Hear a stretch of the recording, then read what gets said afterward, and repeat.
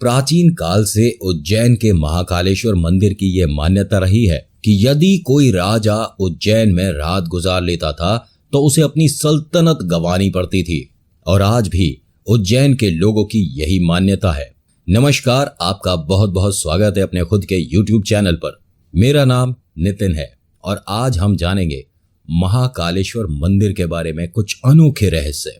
तो आइए वीडियो की शुरुआत करते हैं। हर हर महादेव। भगवान शिव को समर्पित ये स्वयंभू ज्योतिर्लिंग मंदिर मध्य प्रदेश के उज्जैन शहर में बना है। इस मंदिर का कई पौराणिक ग्रंथों में काफी सुंदर वर्णन मिलता है। देश दुनिया से यहाँ सभी महाकाल यानी भगवान शिव के दर्शन हेतु पूरे साल आते रहते हैं, मगर कुंभ के दौरान यहाँ लाखों की संख्या में श्रद्धालु पहुँचते हैं। इसके साथ ही मान्यताओं के अनुसार मंदिर से जुड़ी कई किंवदंती भी प्रचलित है, जिस कारण से ये मंदिर पर्यटकों की सूची में सबसे ऊपर आता है। आइए जानते हैं क्या है महाकालेश्वर मंदिर से जुड़े रहस्य जिन्हें आज तक कोई नहीं भेद सका। भगवान शिव के 12 ज्योतिर्लिंगों में से एक उज्जैन के महाकालेश्वर मंदिर में भक्तों को दक्षिण मुखी ज्योतिर्लिंग के दर्शन होते हैं। महाकालेश्वर मंदिर मुख्य रूप से 3 हिस्सों में विभाजित है। इसके ऊपरी हिस्से में नागचंद्रेश्वर मंदिर है, नीचे ओंकारेश्वर मंदिर है और सबसे नीचे जाकर आपको महाकाल मुख्य ज्योतिर्लिंग के रूप में विराजित नजर आते हैं, जहां आपको भगवान शिव के साथ ही गणेश जी, कार्तिकेय और माता पार्वती की मूर्तियों के भी दर्शन होते हैं।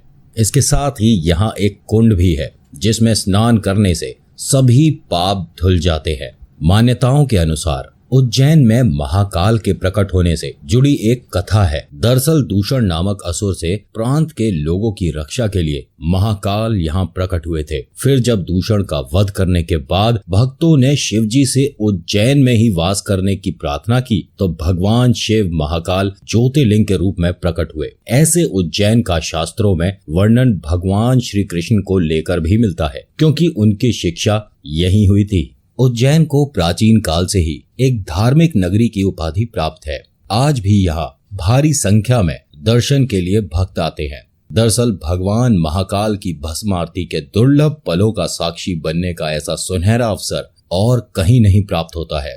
ऐसा माना जाता है कि जो इस आरती में शामिल हो जाए उसके सभी कष्ट दूर होते हैं। इसके बिना आपके दर्शन पूरे भी नहीं माने जाते हैं। इसके अलावा यहाँ नागचंद्रेश्वर मंदिर और महाकाल की शाही सवारी आदि भी पर्यटकों में जिज्ञासा का विषय बने रहे हैं। हर सुबह महाकाल की भस्म आरती करके उनका श्रृंगार होता है और उन्हें ऐसे जगाया जाता है। इसके लिए वर्षों पहले शमशान से भस्म लाने की परंपरा थी। हालांकि पिछले कुछ वर्षों से अब कपिला गाय के गोबर से बने कंडे, शमी, पीपल, पलाश, बड़, अमलतास और बेर की लकड़ियों को जलाकर तैयार किए गए भस्म को कपड़े से छानने के बाद इस्तेमाल करना शुरू हो चुका है। केवल उज्जैन में आपको यह आरती देखने का सुनहरा अवसर प्राप्त होता है। दरअसल भस्म को सृष्टि का सार माना जाता है, इसलिए प्रभु हमेशा इसे धारण किए रहते हैं। यहाँ के नियम अनुसार महिलाओं को आरती के समय घूंघट करना पड़ता है। दरअसल महिलाएं इस आरती को नहीं देख सकती हैं। इसके साथ ही आरती के समय पुजारी भी मात्र एक धोती में आरती करते हैं। अन्य किसी भी प्रकार के वस्त्र को धारण करने की मनाही रहती है। महाकाल की भस्म आरती के पीछे एक ये मान्यता भी है कि भगवान शिव जी शमशान के साधक है। इस कारण से भस्म को उनका श्रृंगार आभूषण माना जाता है। इसके साथ ही ऐसी मान्यता है कि ज्योतिर्लिंग पर चढ़े भस्म को प्रसाद रूप में ग्रहण करने से रोग दोष से भी मुक्ति मिलती है। आपको एक कमाल की बात बताते हैं। प्राचीन काल से उज्जैन के महाकालेश्वर मंदिर की ये मान्यता रही है कि यदि कोई राजा उज्जैन में रात गुजार लेता है तो उसे अपनी सल्तनत गंवानी पड़ती थी और आज भी उज्जैन के लोगों की यही मान्यता है। भारत के उज्जैन शहर का महाकालेश्वर मंदिर रुद्र सागर झील के तट पर बना हुआ है। वैसे पौराणिक कथाओं के अनुसार राजा भोज के समय से ही कोई भी राजा उज्जैन में रात्रि निवास नहीं करता है, क्योंकि आज भी बाबा महाकाल ही उज्जैन के राजा हैं। महाकाल के उज्जैन में विराजमान होते हुए कोई और राजा, मंत्री या जनप्रतिनिधि उज्जैन नगरी के भीतर रात में नहीं ठहर सकता। यदि कोई भी राजा या मंत्री यहाँ रात गुजारने की कोशिश करता है तो उसे इसकी सजा भुगतनी पड़ती है। इस धारणा को सही ठहराते हुए कई ज्वलंत उदाहरण उज्जैन के इतिहास में उपस्थित है।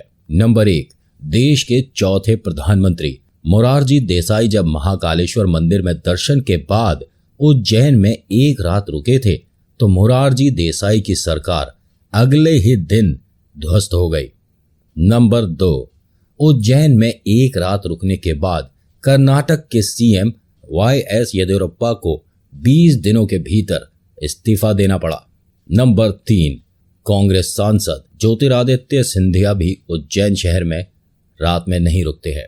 किंवदंती के अनुसार राजा विक्रमादित्य के बाद से उज्जैन के किसी भी मानव राजा ने कभी भी शहर में रात नहीं बिताई है और जिन्होंने ऐसा किया वे आप बीती कहने के लिए जीवित नहीं थे। वैसे दोस्तों, महाकाल से जुड़े और बहुत रहस्य है जो आज भी साइंस से और बड़े बड़े वैज्ञानिकों से बहुत ज्यादा दूर है। आपको आज की ये वीडियो कैसी लगी? अगर अच्छी लगी तो लाइक जरूर करिएगा और हाँ, कुछ कहना चाहते हैं तो कमेंट सेक्शन में जरूर लिखिएगा। और अगर चैनल पर पहली दफा आए हैं और जानते रहना चाहते हैं कुछ अमेजिंग, कुछ इंटरेस्टिंग, कुछ रोचक तथ्य, तो अपने इस YouTube चैनल को सब्सक्राइब जरूर करिएगा। मेरा नाम नितिन है। वीडियो देखने के लिए शुक्रिया। मुलाकात करूंगा आपसे अगली वीडियो में। हर हर महादेव।